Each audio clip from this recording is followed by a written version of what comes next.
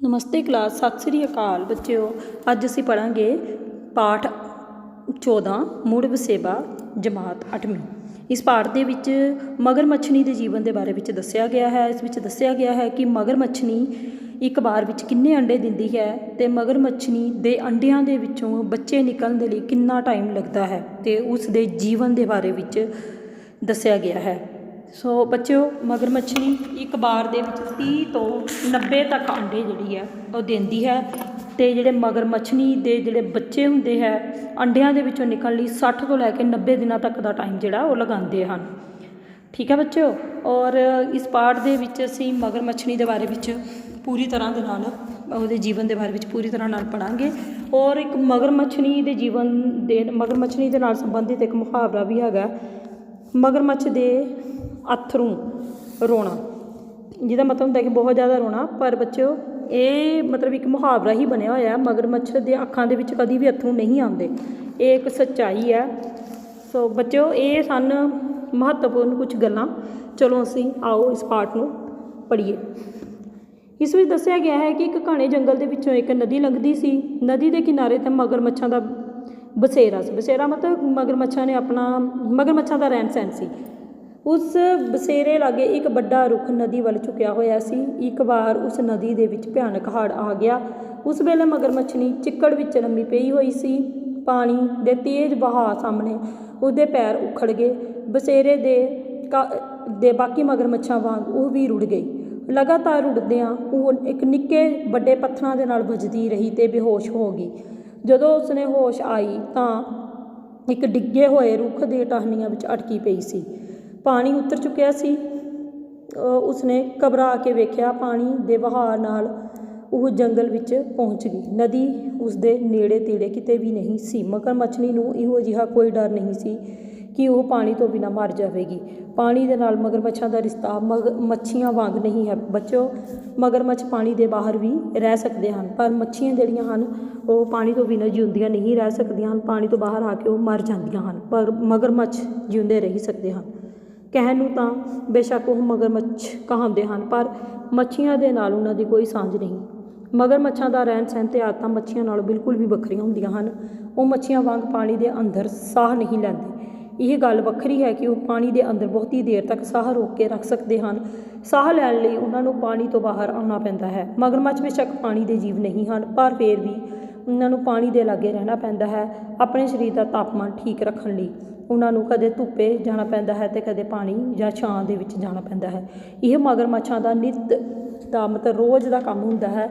इस दौरान उन्होंने भोजन की भाल लई भी बाहर जाना पैंदा है। असल विच मगरमच्छ रींगण वाले जीवां दे खानदान विचों हन।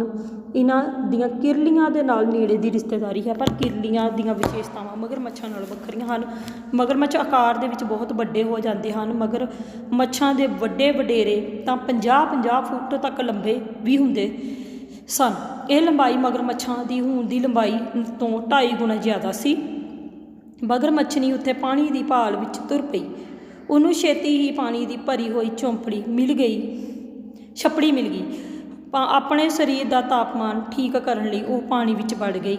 वो पानी का जीवना भी सफलता नाल निभाण लगी। शरीरक बनतर करके यह गुण सारे मगरमच्छां विच ही हुंदा है। मगरमच्छां दा नक, लंबी बूथी ते अगले सिरे ते उतरले पासे हुंदा है। मगरमच्छनी दा बाकी शरीर पानी विच डुब्बा हुंदा है, तां वो अपना नक पानी तो उपर रख के साह लैंदी है। जदों पानी के अंदर तैरना बारे सोचती है तां वो कन्ना ते नक उत्ते बने होए झप्पे उसनूं कन्ना अते नक नूं बंद कर दिंदे हन।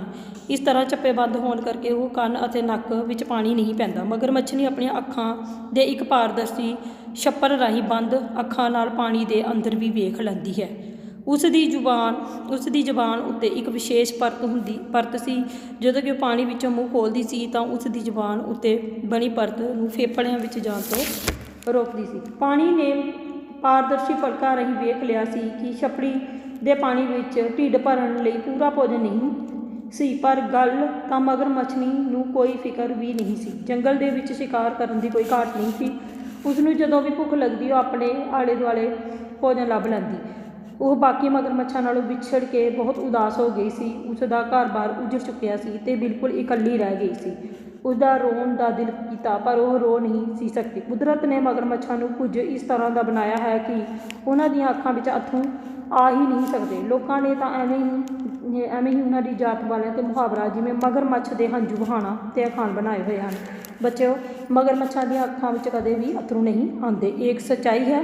ਜਦੋਂ ਵੇਲਾ ਆਇਆ ਤਾਂ ਮਗਰਮੱਛਣੀ ਨੇ ਉਸ ਨੂੰ ਖੋਲ੍ਹ ਕੇ ਚਿੱਟੇ ਆਂਡਿਆਂ ਨਾਲ ਭਰ ਦਿੱਤਾ। ਆਂਡਿਆਂ ਦੀ ਗਿਣਤੀ 30 ਤੋਂ 90 ਤੱਕ ਵੀ ਹੋ ਸਕਦੀ ਸੀ। ਆਂਡਿਆਂ ਨੂੰ ਸੇਣ ਲਈ ਨਿੱਕ ਦੀ ਜ਼ਰੂਰਤ ਸੀ। ਉਸ ਨੇ ਆਂਡਿਆਂ ਉੱਤੇ ਮੋਟੀਆਂ ਟਾਹਣੀਆਂ ਦੀ ਛੱਤ ਪਾ ਕੇ ਛੱਤ ਨੂੰ ਵੀ ਗਾਰੇ ਨਾਲ ਲਿਪ ਦਿੱਤਾ।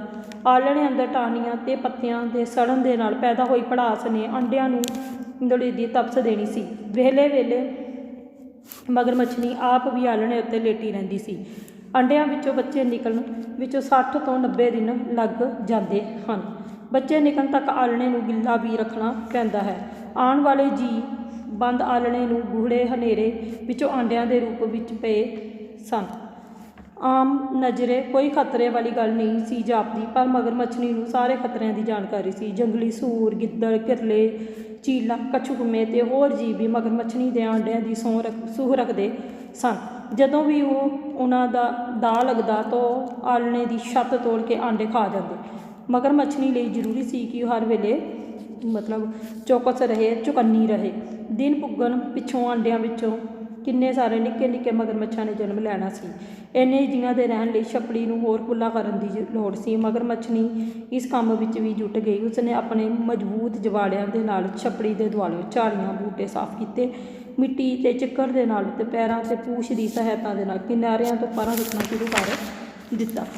ਛੱਪੜੀ ਦਾ ਘੇਰਾ ਹੌਲੀ ਹੌਲੀ ਲਗਭਗ 10 ਕਦਮਾਂ ਹੋ ਗਿਆ ਸੀ। ਕੁਝ ਦਿਨਾਂ ਪਿੱਛੋਂ ਮਗਰਮੱਛਣੀ ਨੇ ਛੱਪੜੀ ਦੀ ਡੂੰਘਾਈ ਵੀ 6 ਫੁੱਟ ਤੱਕ ਕਰ ਲਈ। ਇੱਕ ਦਿਨ ਮਗਰਮੱਛਣੀ ਨੇ ਬੰਦ ਆਲ੍ਹਣੇ ਵਿੱਚੋਂ ਬੇਚੈਨੀ ਭਰੀਆਂ ਚੀਕਾਂ ਦੀ ਮੱਧਮ ਜਿਹੀ ਆਵਾਜ਼ ਸੁਣੀ। ਮਗਰਮੱਛਣੀ ਘਬਰਾਈ ਹੋਈ ਆਲ੍ਹਣੇ ਵੱਲ ਦੌੜੀ। ਉਹਨੇ ਕਾਹਲੀ ਕਾਹਲੀ ਆਲ੍ਹਣੇ ਦੀ ਛੱਤ ਤੋੜੀ। ਅਗਲੇ ਪੈਰਾਂ ਦੇ ਨਾਲ ਛੱਤ ਦਾ ਮਲਬਾ ਪਾਸੇ ਕਰਦਿਆਂ ਉਹਨੇ ਆਂਡਿਆਂ ਵੱਲ ਵੇਖਿਆ। ਆਂਡਿਆਂ ਨੂੰ ਵੇਖ ਕੇ ਉਹਦੇ ਮੂੰਹੋਂ ਖੁਸ਼ੀ ਭਰੀ ਆਵਾਜ਼ ਨਿਕਲੀ। ਕਈ ਆਂਡੇ ਤਿੜਕੇ ਪਏ ਸਨ। ਤਿੜਕੇ ਮਤਲਬ ਥੋੜ੍ਹੇ ਥੋੜ੍ਹੇ ਟੁੱਟੇ ਪਏ ਸਨ। ਬਹੁਤ ਸਾਰੇ ਆਂਡਿਆਂ ਦੇ ਵਿੱਚ ਮਗਰਮੱਛਣੀ ਦੇ ਬੱਚੇ ਬਾਹਰ ਨਿਕਲ ਲਈ ਤਰਲੋ ਮੱਛੀ ਹੋ ਰਹੇ ਸਨ। ਤਰਲੋ ਮੱਛੀ ਹੋਣਾ ਮਤਲਬ ਤੜਪ ਰਹੇ ਸਨ। ਟੁੱਟ ਚੁੱਕੇ ਕੁਝ ਆਂਡਿਆਂ ਵਿੱਚੋਂ ਉਹਨਾਂ ਦੀਆਂ ਸਿਰੀਆਂ ਬਾਹਰ ਝਾਂਕ ਰਹੀਆਂ ਸਨ। ਇੱਕ ਨਿੱਕੇ ਮਗਰਮੱਛ ਦੀ ਆਂਡਿਆਂ ਦੇ ਖੋਲ ਵਿੱਚੋਂ ਬਾਹਰ ਨਿਕਲਣ ਦੀ ਸਹਾਇਤਾ ਕਰਨ ਲੱਗ ਪਈ। ਮਗਰਮੱਛਣੀ ਨੇ ਆਪਣਾ ਪੂਰਾ ਮੂੰਹ ਖੋਲ੍ਹ ਲਿਆ। ਨਿੱਕੇ ਨਿੱਕੇ ਕਿਰਲੇ ਜਿਹੇ ਆਂਡਿਆਂ ਵਿੱਚੋਂ ਨਿਕਲਣ ਸਾਰ ਹੀ ਉਹ ਮੂੰਹ ਵਿੱਚ ਵੜ ਗਏ। ਨਿੱਕੇ ਮਗਰਮੱਛਾਂ ਨੇ ਪਹਿਲੇ ਪੂਰ ਨੂੰ ਖੁੱਲ੍ਹੇ ਮੂੰਹ ਵਿੱਚ ਬਿਠਾ ਕੇ ਫਿਰ ਪਾਣੀ ਵਿੱਚ ਛੱਡਣ ਲਈ ਤੁਰ ਪਈ। ਆਂਡੇ ਤੇਜ਼ੀ ਦੇ ਨਾਲ ਤਿੜਕਣੇ ਸ਼ੁਰੂ ਹੋ ਗਏ। ਮਗਰਮੱਛਣੀ ਆਪਣੇ ਲਾਡਲਿਆਂ ਨੂੰ ਪਾਣੀ ਵਿੱਚ ਛੱਡ ਕੇ ਵਾਪਸ ਆਈ ਤਾਂ ਆਲ੍ਹਣਾ ਮੁੜ ਨਿੱਕੇ ਨਿੱਕੇ ਮਗਰਮੱਛਾਂ ਨਾਲ ਭਰਿਆ ਪਿਆ ਸੀ। ਉਹਨੇ ਮੂੰਹ ਅੱਗੇ ਕੀਤਾ ਤਾਂ ਉਸ ਵਿੱਚੋਂ 4-5 ਜਣੇ ਉਸ ਦੇ ਸਿਰ ਉੱਤੇ ਚੜ੍ਹ ਗਏ। ਉਹ ਉਹਨਾਂ ਨੂੰ ਸਿਰ ਉੱਤੇ ਚੁੱਕੀ ਉਹ ਮੁੜ ਛੱਪੜ ਦੇ ਵੱਲ ਤੁਰ ਪਈ। ਬੱਚੇ, ਛੱਪੜ ਹੁੰਦਾ ਹੈ ਇੱਕ ਛੋਟਾ ਜਿਹਾ ਤਲਾਬ ਲਗਾ ਲਓ, ਪਾਣੀ ਦਾ ਇੱਕ ਟੋਭਾ ਜਿਸ ਵਿੱਚ ਬਰਖਾ ਵਗੈਰਾ, ਬਾਰਿਸ਼ ਵਗੈਰਾ ਦਾ ਪਾਣੀ ਜਿਹੜਾ ਪਿਆ ਹੁੰਦਾ ਹੈ। ਅਤੇ ਬਾਕੀ ਰਹਿ ਗਏ ਨਿੱਕੇ ਮਗਰਮੱਛ ਵੀ ਛੋਟੇ ਛੋਟੇ ਪੈਰਾਂ ਦੇ ਨਾਲ ਇੱਕ ਦੂਜੇ ਨੂੰ ਧੱਕੇ ਦਿੰਦੇ ਹੋਏ ਪਿੱਛੇ ਤੁਰ ਪਏ। ਨਿੱਕੇ ਮਗਰਮੱਛ ਪਾਣੀ ਵਿੱਚ ਇੱਧਰ ਉੱਧਰ ਤੈਰਦੇ ਹੋਏ ਆਪਣੇ ਬਹੁਤ ਸੋਹਣੇ ਲੱਗ ਰਹੇ ਸਨ। ਮਗਰਮੱਛਣੀ ਨੂੰ ਕੁਝ ਚਿਰ ਫਿਕਰ ਵੀ ਹੋਇਆ। ਬਹੁਤੇ ਜੀਵ ਮਗਰਮੱਛਣੀ ਤੋਂ ਡਰਦੇ ਸਨ, ਪਰ ਮੌਕਾ ਮਿਲਣ 'ਤੇ ਨਿੱਕੇ ਨਿੱਕੇ ਮਗਰਮੱਛਾਂ ਨੂੰ ਫੜ ਕੇ ਖਾ ਲੈਂਦੇ ਸਨ। ਨਿੱਕੇ ਮਗਰਮੱਛਾਂ ਦੀ ਰਾਖੀ ਕਰਨੀ ਬਹੁਤ ਔਖੀ ਸੀ। ਉਹ ਆਪ ਹੁਦਰੇ ਅਤੇ ਸ਼ਰਾਰਤੀ ਸਨ। ਆਪਣੀ ਮਰਜ਼ੀ ਦੇ ਨਾਲ ਇੱਧਰ ਉੱਧਰ ਚਲੇ ਵੀ ਜਾਂਦੇ ਸਨ। ਇਹੋ ਜਿਹੇ ਵੇਲੇ ਦੂਜੇ ਜੀਵਾਂ ਨੂੰ ਨਿੱਕੇ ਮਗਰਮੱਛਾਂ ਨੂੰ ਖਾਣ ਦਾ ਮੌਕਾ ਮਿਲ ਜਾਂਦਾ ਸੀ। ਇੱਕ ਇੱਕ ਕਰਕੇ ਕਈ ਦਿਨ ਬੀਤ ਚੁੱਕੇ ਸਨ। ਉਸ ਵੇਲੇ ਕੁਝ ਨਿੱਕੇ ਮਗਰਮੱਛ ਪਾਣੀ ਵਿੱਚ ਤੈਰ ਰਹੇ ਸਨ ਅਤੇ ਕੁਝ ਪਾਣੀ ਤੋਂ ਬਾਹਰ ਖੇਡ ਰਹੇ ਸਨ। ਇੱਕ ਨਿੱਕਾ ਮਗਰਮੱਛ ਦੋਵੇਂ ਪੈਰ ਇਕੱਠੇ ਵਰਤ ਕੇ ਗਾਲੜ ਵਾਂਗ ਇੱਧਰ ਉੱਧਰ ਉਛਲ ਰਿਹਾ ਸੀ। ਇੱਕ ਹੋਰ ਮਿੱਟੀ ਵਿੱਚੋਂ ਕੀੜੇ ਮਕੌੜੇ ਲੱਭ ਕੇ ਖਾ ਰਿਹਾ ਸੀ, ਪਰ ਭੋਜਨ ਸਿਰਫ ਬਾਹਰ ਹੀ ਨਹੀਂ ਸੀ, ਪਾਣੀ ਦੇ ਚਲਿਆਂ ਅੰਦਰ ਵੀ ਸੀ। ਚਲਿਆਂ ਮਤਲਬ ਗੰਦੇ ਪਾਣੀ ਦਾ ਟੋਭਾ, ਛੱਪੜ। ਇੱਕ ਜਣੇ ਨੇ ਪੂੰਛ ਮੋੜ ਕੇ ਕੁੰਡੀ ਕੀਤੀ ਹੋਈ ਸੀ ਅਤੇ ਮੱਛਰ ਦੇ ਲਾਰਵੇ ਨੂੰ ਆਪਣੇ ਘੇਰੇ ਵਿੱਚ ਲੈ ਕੇ ਖਾ ਰਿਹਾ ਸੀ। ਮਗਰਮੱਛਾਂ ਦੇ ਰਹਿਣ ਸਹਿਣ ਦੇ ਢੰਗ ਕਾਰਨ ਝੀਲ ਦੇ ਨੇੜੇ ਪਾਣੀ ਦੇ ਕਈ ਨਿੱਕੇ ਵੱਡੇ ਚਲੇ ਬਣ ਗਏ ਸਨ। ਇਹਨਾਂ ਟੋਇਆਂ ਦੇ ਗੰਦੇ ਪਾਣੀ ਵਿੱਚੋਂ ਲਾਰਵੇ ਦੀ ਘਾਟ ਨਹੀਂ ਸੀ। ਨਿੱਕੇ ਮਗਰਮੱਛ ਹਾਲੇ ਸੱਚਮੁੱਚ ਹੀ ਬਹੁਤ ਨਿੱਕੇ ਸਨ। ਉਹਨਾਂ ਦੀ ਉਮਰ ਦੇ ਪਹਿਲੇ ਵਰੇ ਉਹਨਾਂ ਨੇ ਆਪਣੇ ਪੇਟ ਇਹੋ ਜਿਹੀਆਂ ਨਿੱਕੀਆਂ ਨਿੱਕੀਆਂ ਚੀਜ਼ਾਂ ਖਾ ਕੇ ਹੀ ਭਰਨਾ ਸੀ। ਕੇਕੜੇ, ਡੱਡੂ ਅਤੇ ਵੱਡੀਆਂ ਮੱਛੀਆਂ ਤਾਂ ਉਹਨਾਂ ਨੂੰ ਬਹੁਤ ਹੀ ਸਵਾਦ ਲੱਗਦੀਆਂ ਸਨ। ਮਗਰ ਮੱਛਣੀ ਜਾਣਦੀ ਸੀ ਕਿ ਹੌਲੀ ਹੌਲੀ ਭੋਜਨ ਬਾਰੇ ਉਹਨਾਂ ਦੀ ਪਸੰਦ ਬਦਲਦੀ ਰਹੇਗੀ। ਕੁਝ ਹੋਰ ਵੱਡੇ ਹੋਣ 'ਤੇ ਉਹ ਉਹਨਾਂ ਨੂੰ ਘੋਗਿਆਂ ਦੇ ਲੇਸ਼ਦਾਰ ਜੀਵ ਅਤੇ ਮੱਛੀਆਂ ਖਾਣੀਆਂ ਚੰਗੀਆਂ ਲੱਗਣਗੀਆਂ। ਉਸ ਤੋਂ ਪਿੱਛੋਂ ਉਹਨਾਂ ਦੀ ਦਿਲਚਸਪੀ ਕੂਲੇ ਕੂਲੇ ਪੰਛੀ ਅਤੇ ਘਾਹ ਖਾਣ ਵਾਲੇ ਜਾਨਵਰਾਂ ਵੱਲ ਵੱਧ ਜਾਵੇਗੀ। ਮਗਰ ਮੱਛਣੀ ਛੱਪੜੀ ਤੋਂ ਬਾਹਰ ਚਿੱਕੜ 'ਤੇ ਲੇਟੀ ਹੋਈ ਸੀ। ਆਪਣੇ ਲਾਡਲਿਆਂ ਨੂੰ ਵੇਖਦਿਆਂ ਦੇ ਸਾਰੇ ਫਿਕਰ ਭੁੱਲ ਗਏ ਸਨ। ਉਸਨੂੰ ਨਿੱਕੇ ਮਗਰਮੱਛਾਂ 'ਤੇ ਬਹੁਤ ਪਿਆਰ ਆਇਆ ਅਤੇ ਉਸ ਘਰ ਨੂੰ ਮੁੜ ਘਰ-ਬਾਰ ਵਾਲੀ ਹੋ ਗਈ ਸੀ। ਉਸਨੂੰ ਵਿਸ਼ਵਾਸ ਹੋ ਗਿਆ ਸੀ ਕਿ ਖੁਸ਼ੀਆਂ ਭਰੇ ਦਿਨ ਪਰਤ ਆਏ ਹਨ। ਉਹ ਉੱਜੜ ਕੇ ਮੁੜ ਵਸ ਗਏ। ਤਾਂ ਬੱਚਿਓ, ਇਸ ਪਾਠ ਦਾ ਨਾਮ ਸੀ ਮੁੜ ਵਸੇਬਾ, ਮਤਲਬ ਮੁੜ ਕੇ ਉੱਜੜ ਕੇ ਦੁਬਾਰਾ ਵਸ ਜਾਣਾ। ਵਸੇਬਾ ਮਤਲਬ ਦੁਬਾਰਾ ਵਸ ਜਾਣਾ। ਜਿਸ ਤਰ੍ਹਾਂ ਕਿ ਮਗਰਮੱਛਣੀ ਆਪਣੇ ਪਰਿਵਾਰ ਨਾਲੋਂ ਵਿਛੜ ਗਈ ਸੀ, ਇਕੱਲੀ ਰਹਿ ਗਈ ਸੀ, ਉੱਜੜ ਗਈ ਸੀ, ਅਤੇ ਜਦੋਂ ਉਸਨੇ ਆਪਣੇ ਬੱਚਿਆਂ ਨੂੰ ਜਨਮ ਦਿੱਤਾ, 30 ਤੋਂ 90 ਤੱਕ ਅੰਡਿਆਂ ਨੂੰ ਜਨਮ ਦਿੱਤਾ, ਬੱਚਿਆਂ ਨੂੰ ਜਨਮ ਦਿੱਤਾ, ਤਾਂ ਫਿਰ ਤੋਂ ਘਰ-ਬਾਰ ਵਾਲੀ ਹੋ ਗਈ ਸੀ। ਫਿਰ ਤੋਂ ਉਹ ਵਸ ਗਈ ਸੀ, ਉਸਦਾ ਘਰ-ਬਾਰ ਬਣ ਗਿਆ ਸੀ ਅਤੇ ਉਸਨੂੰ ਖੁਸ਼ੀ ਹੋ ਗਈ ਸੀ। ਧੰਨਵਾਦ।